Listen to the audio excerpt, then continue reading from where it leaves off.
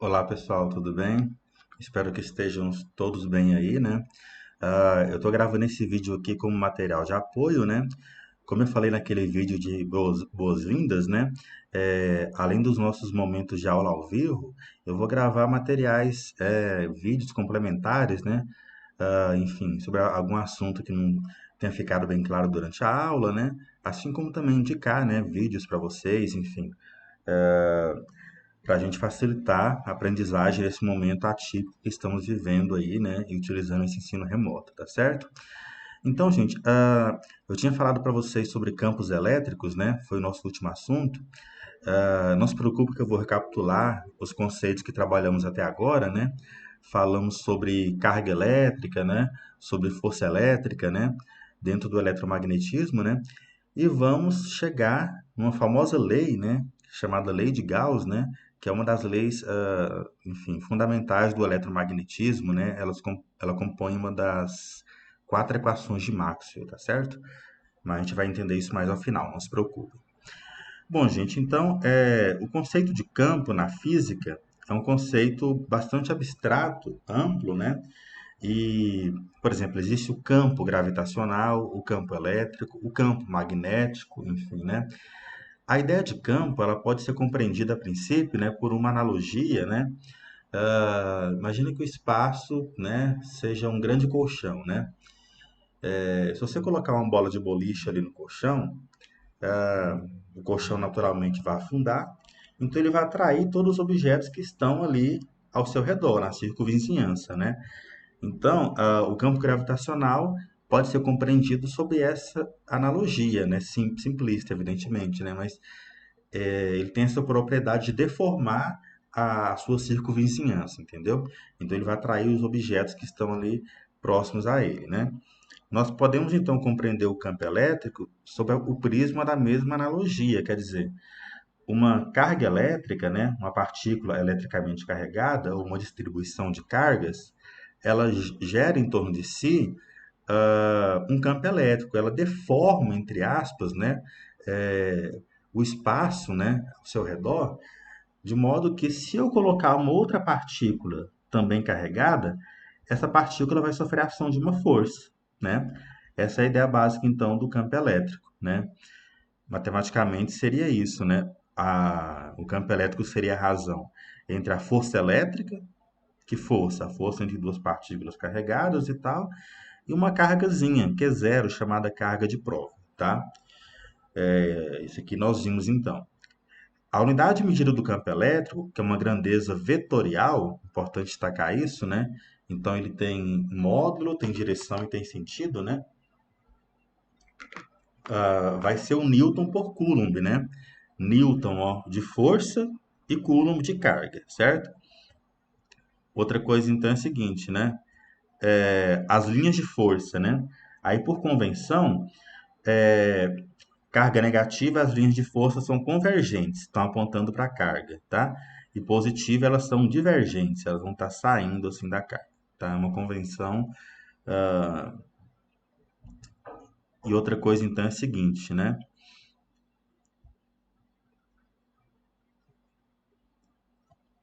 Deixa eu mudar aqui.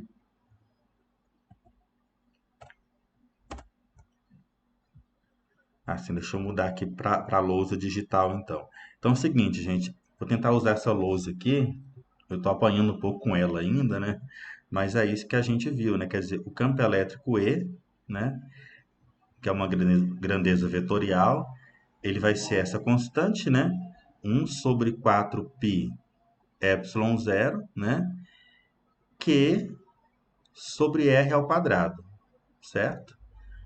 Como aqui é um vetor, eu tenho que colocar um vetor unitário aqui, ó. Eu falo que ele está na direção r chapéu, né?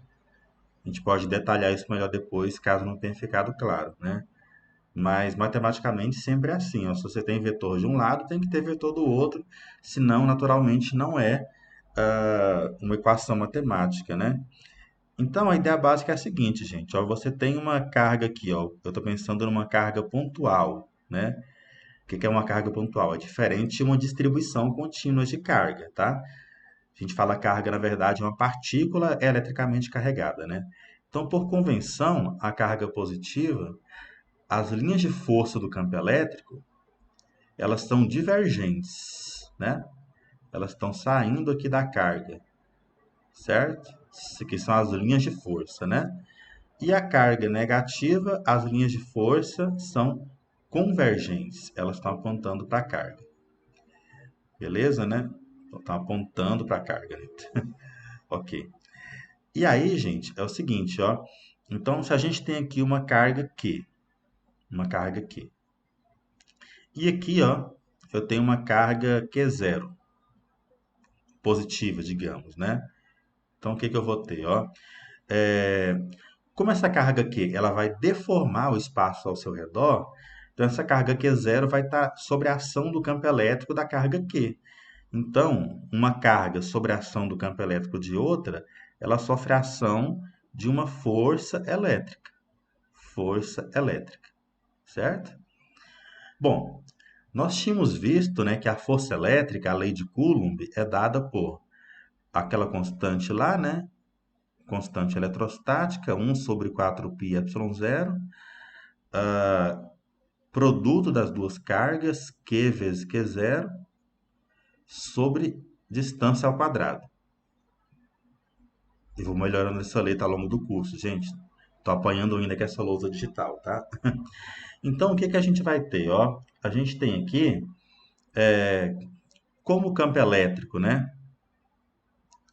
A gente tinha visto lá no slide, né? Ele é a razão entre a força, certo? A força e a carga de prova que é zero. Então, como que fica, ó? Esse o campo de uma carga pontual, né? Então, a força é essa expressão aqui, 1, 4π epsilon zero, que é zero sobre r ao quadrado, dividido por q zero. Dividir é o mesmo que multiplicar pelo inverso, né? Ou seja, seria 1 sobre q zero. Então, veja que a gente vai simplificar aqui, né? Dá para cortar q zero com q zero, né? De modo que o campo elétrico seria dado por essa expressão aqui, ó, o campo de uma carga pontiforme, né? 1 sobre, o que sobrou aqui, né? 1 sobre 4π epsilon zero, Q sobre R ao quadrado, né? Uma direção aqui, R, numa direção radial, tá certo? Não reparei que ficou meio torto, né? Mas essa é a ideia do campo elétrico de uma carga pontual, né? E aí, gente, mudando a tela aqui, a ideia, a ideia básica então é essa, do campo da carga pontual.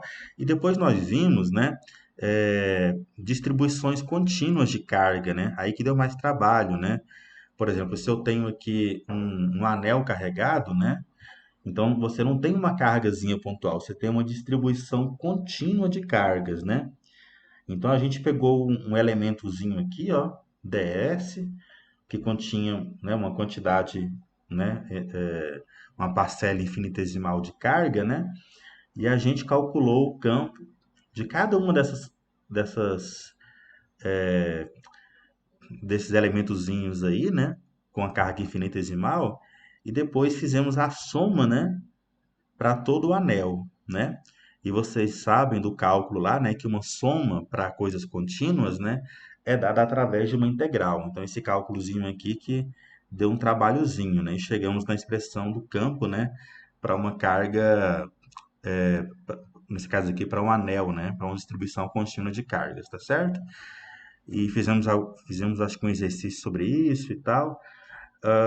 Só que é o seguinte, gente, não se preocupem tanto com isso, porque essas deduções, né, vocês não vão ter que fazer elas o tempo todo, na verdade, né? Enfim, eu faço isso aqui para vocês compreenderem a origem, né? Enfim, mas não quer dizer que vocês vão ter que fazer todas essas deduções, não é isso, né? Aí calculamos também o campo para um disco, né?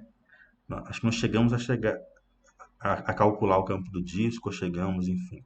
De qualquer forma, a gente vai retomar isso daqui, tá? E a grande questão vai ser o seguinte, gente, que vai ser o assunto que a gente vai abordar mais daqui para frente, né? Vocês veem que tem um trabalho matemático muito grande nesse cálculo por integração direta, né? Seja aqui no caso do campo do disco, ou do anel, aliás, desculpa, seja no caso do campo do disco, né? A lei de Gauss, objeto da nossa aula seguinte, né, das próximas aulas, permite você calcular o campo elétrico bem mais facilmente, né, utilizando algumas técnicas matemáticas, né, para situações nas quais a distribuição de carga apresenta certos graus de simetria, né, de simetria. Por exemplo, simetria esférica, cilíndrica, planar, né? Então vocês vão ver que a lei de Gauss ela vai evitar muito trabalho matemático aí, tá? Então, gente, por enquanto é só, né? E bola para frente aí, vamos seguindo. Qualquer dúvida, estamos aqui.